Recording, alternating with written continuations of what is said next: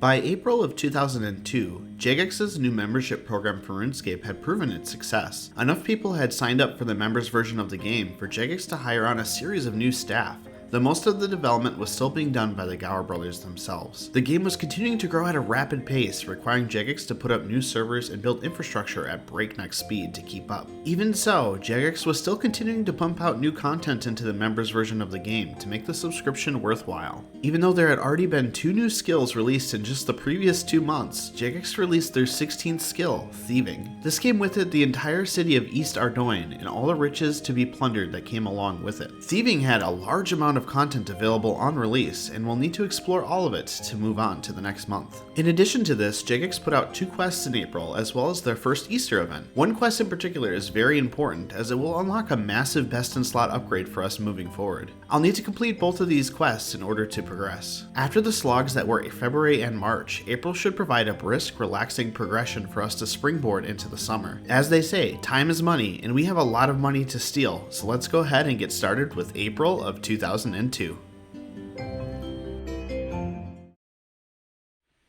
So hello there, and welcome to April of 2002, and I am so incredibly excited to jump into this month. After all, Thieving is probably one of my favorite skills in the game overall, so I've been dying to get to this month so we can finally train it. Now our goal for Thieving is actually going to be to go ahead and just go up to 80, which is to pickpocket heroes, and that's the highest level requirement for the initial release of Thieving. It's such a fast skill, and pickpocketing heroes actually provide some interesting loot, so I figured it's worthwhile to go all the way there. Along the way, we'll explore a variety of different methods. It was actually a pretty diverse skill when it was first released, and I'm pretty excited to explore them all. However, we cannot get started without being a petty pickpocket, and that's why we're here at the bar in Sears Village. Really, I'm just here to steal some money from these poor innocent men and women. So without further ado, let's do our first pickpocket, and we immediately fail. And this brings up probably the most notable difference between Thieving and RuneScape Classic and RuneScape 2. If this were RuneScape Classic and I failed the pickpocket, that man wouldn't have just stunned me, he actually would have attacked me, which means that we would have been in combat with him and been unable to continue pickpocketing until either one of us died, or I left the combat after 3 hits, which is how RuneScape Classic combat worked. However, as you know, in RuneScape 2, we have this mechanic where you can get stunned, and I got my first successful pickpocket there, awesome. We have this mechanic where you can get stunned, and that unfortunately means that I will not be able to completely replicate what it would be like to thieve in RuneScape Classic. Instead, I'm just going to go ahead and use the stunning mechanic from RuneScape 2 for a couple of reasons. One, it would be really annoying and kind of not that interesting to recreate getting in combat with the man every time I failed a pickpocket. The other reason is I can't get out of combat with the NPC I was pickpocketing after 3 rounds of combat like you can in RuneScape Classic. I'd actually have to walk a lot further away until I'm out of aggro range, which is just completely different. And the final reason is because of the stun mechanic, it actually would take me a lot longer overall because I have to wait for the stun to expire before I could even attack the NPC. So all that said, we're just going to place this under the changed and modified content exception, and I'll just follow along with how Thieving is today. Overall, it's actually not that different. Another difference is, of course, these coin pouches, which don't make a big difference. I'll just open them as usual. Alright, I am just absolutely super excited to get started, so let's go ahead and get some pickpocketing done. Let's get these levels. And there we go, the very first level of Thieving. We've fully unlocked the skill, and that leaves only one other skill that hasn't been unlocked yet in the RuneScape Classic era, which is Agility. This is the first level of many, of course, as we have quite the journey ahead of us. So I will see you back in a little while when we've got 5 Thieving. Okay, one more pickpocket, and boom, 5 Thieving, which allows us to steal from our very first stall, the cake stall. And that means that we will be able to head down to the brand new city introduced for this month, which is Ardoin. So let's head down that way. Now, how you actually steal from stalls has changed slightly from RuneScape Classic. In RuneScape Classic, you had a chance to actually just fail and then a guard or relevant NPC would just attack you if that roll happened. But in RuneScape 2, it's entirely based on lines of sight, and if a guard or NPC actually sees you take the steal. That is a little consequential to what I'm doing here, as it allows me to trap NPCs that would normally stop me from stealing away, and then I have a 100% success rate. So that's pretty notable, but I'm not going to be taking any special actions to replicate how things used to be. It's almost impossible to do that. So without further ado, let's go ahead and steal some bread. Yay! Or cake, I guess. Now this food is actually pretty decent, as you've probably come to know if you've ever done an early game Ironman. but because I have so much fish from the shark grind, I'm just going to go ahead and drop it all. The thieving experience is far more valuable to me at this point than actually keeping the food. The cakes, of course, being a 12 heal over 3 bites aren't terrible, but I have much better food stockpiles already. And as you can see, stalls are just incredibly fast compared to pickpocketing. This is going to be great. We'll be here for the next little bit. One thing I'll just be doing is killing the guards, because I'm pretty strong now and they're pretty weak, and I think it will be faster than trying to circumvent them. Sorry guards, you have to go. I need this thieving XP. The interesting people you see on these grinds, this dude right here is just having the time of his life thieving silk. I thought maybe he was an Iron Man and needed some specific items or something and didn't have them in the bank, but nope. He's literally 14 thieving. Alright, on this journey with me at this high combat level as well. And about 15 minutes later, we get 20 thieving. This actually unlocks the next stall that we can go to, which is silk stalls. So we're going to go ahead and join our high level friend over here at the silk stall and steal some silk. This will be hopefully a little bit faster than the cakes. Now with anything that you can steal from stall-wise in this game, it's something that can be sold back to the vendors for money later on. However, as with the cakes, I don't think it's worth taking the time to bank the silk, as I don't really need money that bad either. So I'm just after experience, and it should be a lot faster if we just go ahead and drop it on the ground. The Knights of Ardoin do attack us for thieving the silk, and they're a little bit more strong, which can present a little bit of an issue, but I'm still not super worried.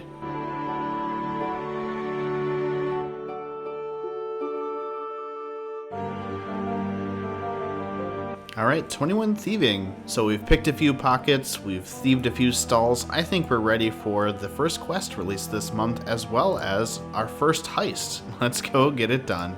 Inside the bar that we visited for the Blackarm portion of the Heroes quest, there's a new character, Kangao Mao, and he is going to give us our quest. I asked him about why he was here, and he said he's looking for someone to go on an important mission, someone skilled in thievery and sneaking about. Well, I'll have you know, I stole about 80 cakes and about 20 silk, so I think I'm ready to go. He says in the city of Ardoin, there is a house of Lord Handlemort, and in his house, he has the stolen tribal totem of Kangai's tribe. And with that, we start the quest to obtain the tribal totem back. If I ask him for any hints, he gives me absolutely no help. So completely on our own for this quest. Let's head over to Ardoin. By the way, it's Ardoin, isn't it? Or is it Ardoin? I don't know. Pronouncing names in this game is so freaking hard. So of course, I figured that Lord Handlemort probably lives in the biggest house in Ardoin, and that's most definitely the case.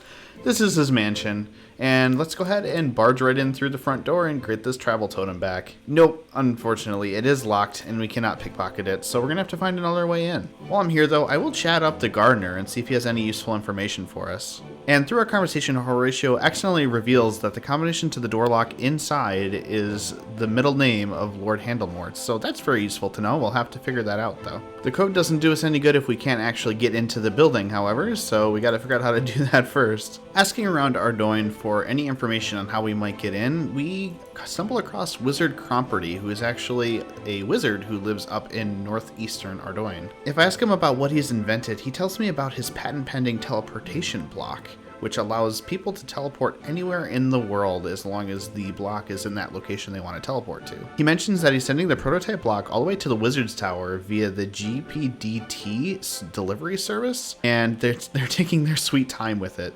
So that can go ahead and show us exactly what we need to do with it. Apparently GPDT stands for Gylanor Parcel Delivery Team. Huh, interesting. Let's go ahead and have a snoop around their headquarters here in Ardoin and see if we can figure out where that block is. So apparently the GPDT operate out of this pretty unassuming building here in southern Ardoin.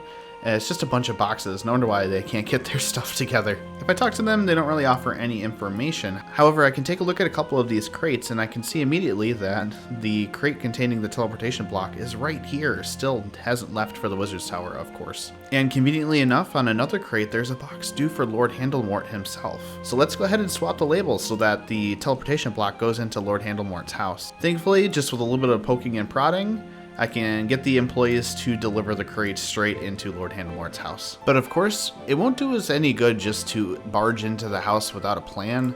So let's do a little bit of research. I found this book in one of the houses in Ardoin, and if we read it, it's actually a guide to Ardoin as a whole. And very notably, it mentions the Handlemort mansion currently owned by Lord Francis Kurt Handlemort. thereby telling us the passcode to that door. We know it's Kurt because we knew from the gardener who told us it's his middle name. Now that we've been equipped with all the information that we need, we can talk to Wizard Cromperty again, and he will teleport us to the teleportation block, which unbeknownst to him is now inside Lord Handlemort's mansion and not at the Wizard's Tower. Boom, we have successfully broken and entered into the house. Exploring around the house, we come to that combination lock door before long, and we know that the passcode is Kurt, so let's go ahead and put that in. There we go, Kurt has been input. The door is unlocked. We can go through. Now we could just venture up the stairs, but unfortunately there's a sneaky little booby trap that's been placed on the stairs. So we can go ahead and investigate it using our 21 Thieving and disable the trap, which then allows us to safely climb up. And then, unfortunately, stashed away in a random chest in a random room is the travel totem. It wasn't even on display or anything, it was just collecting dust in a chest. How disrespectful. What a disrespectful collector this is. So without hesitating any further, let's go ahead and leave the mansion through the front door. Thankfully, no one was home, I guess. Otherwise, we would be in a lot of trouble. Don't mind me, Horatio. I'm just on my way. I just stole a small priceless artifact from your master's house. Sailing back to Brimhaven and entering the bar once more, we talk to Kangai Mao and return the totem safely to him. And in return, he gives us some freshly cooked fish, I guess, which is 5 swordfish, interesting.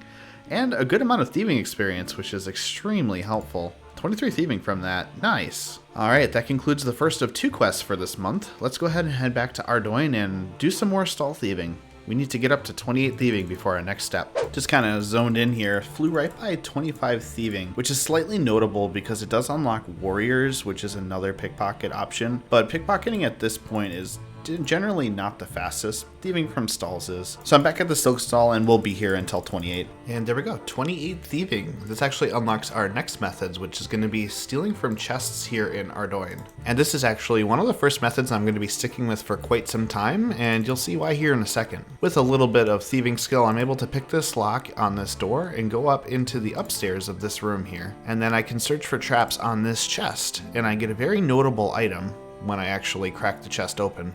And that's a nature rune. Believe it or not, this is a huge moment for the account because now I have a very renewable and consistent source for nature runes. This is going to be the fastest way I can get them for the time being. So that said, I'm definitely not going to waste this at all. I want to get 1,000 of these so that I have the ability to convert some of my yew longbows to cash if I wind up needing them in the near future. It is unfortunately pretty bad experience to steal from this chest. It's about 25 experience per time I crack it, but also I can't really fail this either, so it's definitely a trade-off for sure. Another downside is that it does take a little bit to respawn in between steals, so I should ideally be world hopping between steals, which I might be doing a little bit. However, I kind of want to stop abusing the world switcher for these RS Classic era times because it was a lot harder to switch worlds back in the day, so it feels a little bad to be abusing it as much as I have. That said, it was always still possible to have 2 clients up side by side and just be entering your credentials into each to swap back and forth. Still more annoying, but pretty fast. Another thing I can do is when I hit 43 thieving, I can actually steal from this other chest, which just gives me a good amount of GP.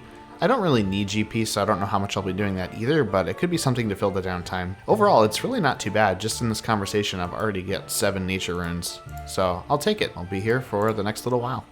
And with one more picklock of this chest, that's the 1,000 nature runes already in the inventory. This really wasn't too bad. It took about 5 hours or so. I definitely won't be doing this again in the meantime because I might get a better source of nature runes before I need them. But this is a decent source of them. And it's really nice because these nature runes can be converted into basically like 750k cash if I take the time to high alch the yew longbows that I have. No, honestly, I don't really know where to go from here. This got me up to 39 thieving, which is pretty good, but I have a long way to go for 80. There are some things I want to check out at higher levels, but I really don't know what to do in the meantime. Pickpocketing is pretty bad experience, so I think I'll stay with stalls for the time being. Once I hit 40, I might toy around with thieving the guards. I'll have to compare experience rates and see what's best. However, unfortunately, before we can figure out what that next best method is going to be, this is going to be where we go ahead and leave off this episode of Time Traveller Ironman. April 2002 is so fun already, and I'm so excited to continue with the grind that we have for this month. If you enjoyed, definitely leave a like on the video and consider subscribing to the channel for sure. It would mean so much to me if you did. Of course, before we go, we have to thank those who have joined the channel as members too. Your support means so much to me, and I'm so excited to continue making these videos. And of course, a double huge thank thank you to our top tier supporters, 2 on Pendrag, 1Killer912, and Peepo Time. That's it for me though. Take care, and I will see you in the next one.